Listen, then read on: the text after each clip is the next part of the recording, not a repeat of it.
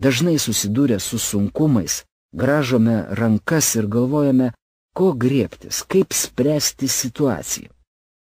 Atsiminkime, Dievas rankų niekada negrąžo dėl vienos paprastos priežasties. Jis yra visažinis ir visagalis. Kadangi jis yra visažinis, apie iškilusią problemą žinojo dar prieš mums su ja susiduriant. Dievas žino praeitį, dabartį ir ateitį. Jam aiški problemos prigimtis ir visos su jie susijusios smulkmenos. Dievas žino, ko reikia ją išspręsti. Taigi, kalbėdami apie problemos sprendimą malda, turėtume tikėti, kad Dievui rūpi mūsų bėdos ir jis yra už jas didesnis. Trečia, susidūrę su problema, pirmiausia turėtume ieškoti viešpaties. Nebūtinai Dievo sprendimai turi atrodyti racionalūs. Ne visi jie bus tokie, kokių mes norime, ir ne visi jie mums patiks. Galbūt jo sprendimai pasirodys ne tuo metu, kai to norime mes. Mielas bičiuli, negalite pasitikėti Dievu su išlygomis. Jo neparaginsite paskubėti. Jis yra valdovas ir veikia tuo met, kai to reikia. Kai iškyla itin rimtų problemų ir lemtingų aplinkybių, itin svarbu nesiimti jokių veiksmų ir nepasiduoti kitų spaudimui tol, kol pats Dievas neatskleis savo planų. Dažnai Dievo sprendimams sužinoti prireikia laiko ir nuolankumo, nes jie būna netikėti ir neplanuoti. Bet jei sprendimas yra duotas Dievo, jis visuomet bus geriausias. Judo tauta laukė Dievo ir pasitikėjo juo. Žmonės ieškojo jo veido ir Dievas davė konkrečius reikalingus nurodymus. Iškilus lemiamiems išmėginimams, visuomet turėtume savęs paklausti, ar esame pasiruošę laukti viešpaties tol, kol jį išgirsime. Ar esame pasiruošę stovėti tvirtai ir nesijudinti tol, kol išgirsime aiškius Dievo nurodymus.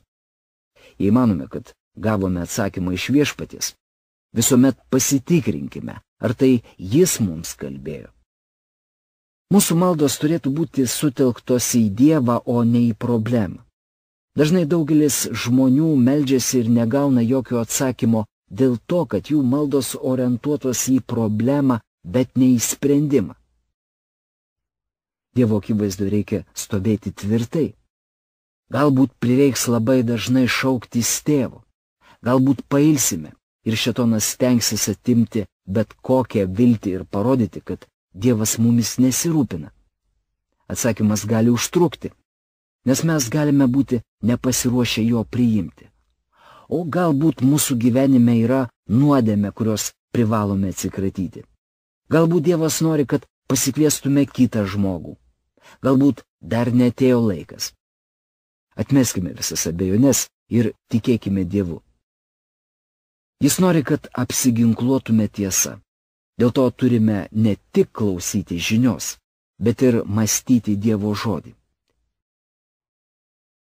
Dievo sprendimų įgyvendinti visuomet prireiks mūsų tikėjimo. Dievas nori, kad laikytumėmės aiškių ir tikslių jo duotų nurodymų. Nuodėmė atima tai, kas gyvenime nuostabiausia ir geriausia, ko nenusipirksite už jokius pinigus. Paprašykite, kad Dievas apvalytų jūsų širdį ir paveskite savo gyvenimą jam. Kai pasitikime Jėzumi Kristumi kaip savo gelbėtoju, tampame Dievo vaiku ir dėl visų savo problemų galime drąsiai kreiptis į jį.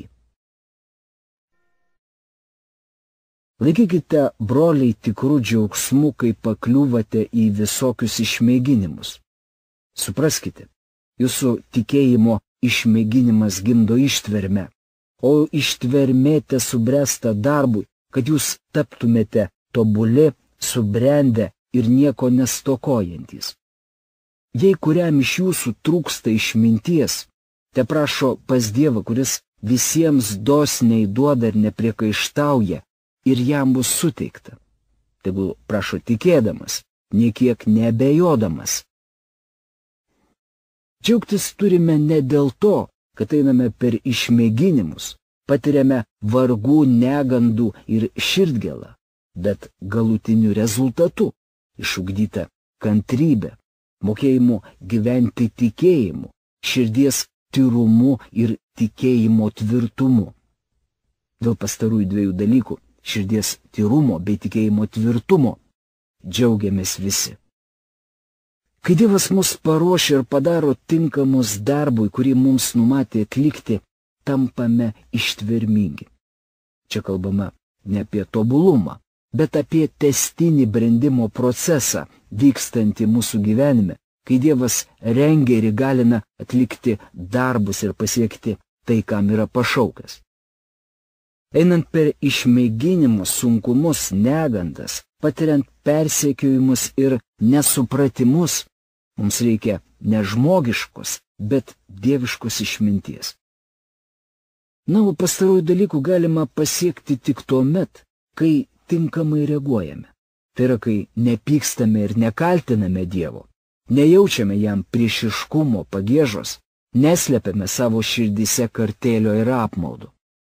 Jei iškilusius sunkumus sutinkame būdami tinkamai nusistatę, mums prireiks Dievo išminties, kad išklausytume kritinės pastabas, jas priimtume, pasitaisytume ir eitume pirmin. Tuomet iš visų suspaudimų išeisime nugalėtojais. Prašykite ir jums bus duota, ieškokite ir rasite, belskite ir bus jums atidaryta. Mokydamiesi tikėti, patiriame išmėginimų ir darome klaidų, klumpame, svyruojame ir puolame, tačiau keliamės ir einame į priekį. Mes gyvename tikėjimu, o neregėjimu. Taigi, turime gyventi ir vaikščioti tikėjimu. Kai klausomės Viešpaties, šventoji dvasia kalbės mūsų dvasiai ir nurodys tam tikras mūsų gyvenimo sritis. Na, o disciplinuoti reiškia išgirdus kalbant Dievo dvasią, gebėti susivaldyti ir atsisakyti savo troškimų ar geidulių, nes jie taps mūsų suklupimo akmeniu. Jei norime gyventi tikėjimu, būtinai turime išmokti klausyti Dievo. Krikščioniškas gyvenimas yra toks paprastas - paklūstame Dievui arba ne. Jei juo pasitikime, vadinasi, paklūstame ir juo pasikliausime. O jei juo nepasitikime, vadinasi, gyvensime kaip patys išmanome. Tik žinokime, jog eidami savo keliais labai smarkiai nusivilsime. Mūsų noras gyventi regėjimu yra vienas didžiausių kliuvinių ir didžiausių problemų mokantis pasitikėti Viešpačiu. Antra, mes norime jausti. Trečia, mėgstame klausytis kitų patarimų. Su patarimais reikia būti itin atsargiems. Dieve, išmokyk mus atidžiai tavęs klausytis. Noriu išmokti vaikščioti tikėjimu. Jei įsikibęs laikotės Dievo žodžių, jūsų nenupūs jokia audra. Kalbėdami apie drąsą paklusti Dievui, omenyje turime sunkumus, kuriuos siunčia ar leidžia Dievas. Juos galime pereiti be baimės, tvirtai ir ramiai, tikėdami, kad dangiškasis tėvas pasirūpins aplinkybėmis. Susidūrę su gyvenimo sunkumais, kliūtimis, išmėginimais, augame tikėjimu, stiprėjame ir suteikiame Dievui galimybę parodyti savo ištikimybę. Nežinau, kokios jūsų aplinkybės, bet esu tikras, jog jei paklusite Dievui, Jis suteiks jėgų be baimės drąsiai ir ramiai pakelti sunkumus. Audros mūsų gyvenime neišvengiamos. Kai kurias jų siunčia Dievas, o kai kurias susikuriame patys. Pastarąsias ypač sunku įveikti. Kaip reaguojame, kai gyvenimo aplinkybės mus daužo tarsi bangos laivą ar uolėtą krantą? Ar ieškome kaltų ir kritikuojame? Galbūt kaltiname net patį Dievą. Audrų niekas neišvengia, nes gyvename nuodėmingame, sugedusiame ir blogio kupiname pasaulyje. Be to kartais patys jas sukeliame. Tačiau svarbiausia, kaip reaguojame, kai užklumpa audros. Ir ko Dievas per jas nori mus pamokyti. Dievas žino, jog einame per audrą. Kartais audros metu, nejausdami Dievo artumo, manome, jog jis nieko nežino ir nesupranta mūsų kančių. Kartais protu viską suvokiame, žinome, jog Dievas yra visažinis. Tačiau elgiamės taip, tarytum jis nieko nežinotų. Taigi belieka tik prisiminti, kad Dievas žino, jog siaučia baisi audra ir kad jis viską valdo. Pirma, mus užklumpa audros net ir tuomet, kai esame Dievo valioje. Tuomet dažniausiai klausiame: Viešpatie, ką blogo padariau? Kitaip tariant, manome, jog nepaklusome Dievui ir nepasidavėme jo valiai. Gyvenimo audros būna skirtos ne tik mums auklėti, bet patobulinti. Mielas bičiuli, dabartinės jūsų aplinkybės skirtos jūsų pataisimui, patobulinimui, augimui ar brandai. Kitaip sakant, Viešpats Jėzus Kristus jūs ruošia, kad būtumėte stiprus jo indai. Kai užklumpa audra ir esame talžomi, mušami ir laužomi, turėtume prisiminti visus mums Dievo padarytus stebuklus ir dėkoti jam už ištikimybę praeityje.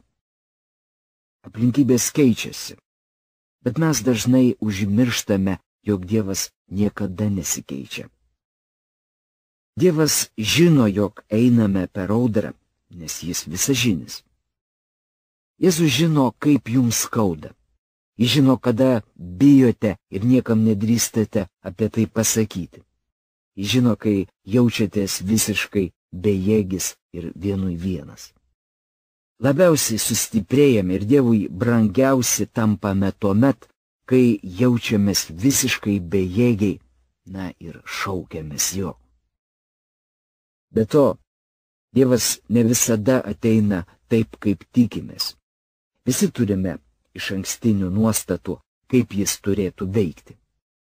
Kai įvykiai nesirutuliuoja pagal mūsų sumanimą, manome, jog Dievas mus paliko. Kai patenkame į audrą, Jėzus visuomet paguos ir padrąsins, tačiau kartu paragins imtis veiksmų. Tad jei norime sutrumpinti audros siautėjimo laiką, turėtume daryti tai, ką liepia Dievas. Dažnai manome esą pakankamai jam atsidavę. Vis tik didžiausia mūsų tikėjimo bėda yra tai, kad mums stinga pasišventimo. Audros metu visą savo dėmesį turime sutelkti į Kristų. Dažnai net ir labai dievoti žmonės užklupus audrai, kai šniokščia bangos ir pučia labai stiprus vėjas, žvalgosi aplink ir mato tik savo aplinkybės. Jie pradeda skęsti. Netgi tuomet, kai skęstame, visuomet prisiminkime, kad Jėzus mus išganytus laiko savo rankoje. Be to dažnai tik audros metu suprantame didžiasias tiesas. Visi norime, kad gyvenimas būtų taikus ir ramus, kupinas džiaugsmo ir laimės, kad viskas klotusi taip, kaip mes norime. Tačiau jei viskas bus taip, kaip norime, Dievo nepažinsime, nieko neišmoksime ir nesužinosime. Kai niekas nežino, ką išgyvenate, prisiminkite, kad Jėzus viską žino. Galbūt jis jūs auklėja ar tobulina, bet audros metu visuomet atskubės į pagalbą. Jei klausysite ir tinkamai atsakysite, būtinai suprasite Dievo atskleidžiamas tiesas. Priimkite jums duodamas pamokas. Kiekvienos audros metu galima kažko išmokti. Mes dėkojame tau, Tėve, už šventąją dvasią, kurią mums davei, todėl nesijaučiame vieniši ir palikti. Brangus Viešpatie, meldžiame už tuos, kurie kenčia vargus ir bėdas. primink jiems girdėtas tiesas.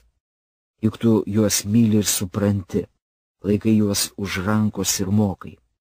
Na, o to mes, Tėve, prašome Tave, mūsų Viešpaties Jėzaus vardu. Amen.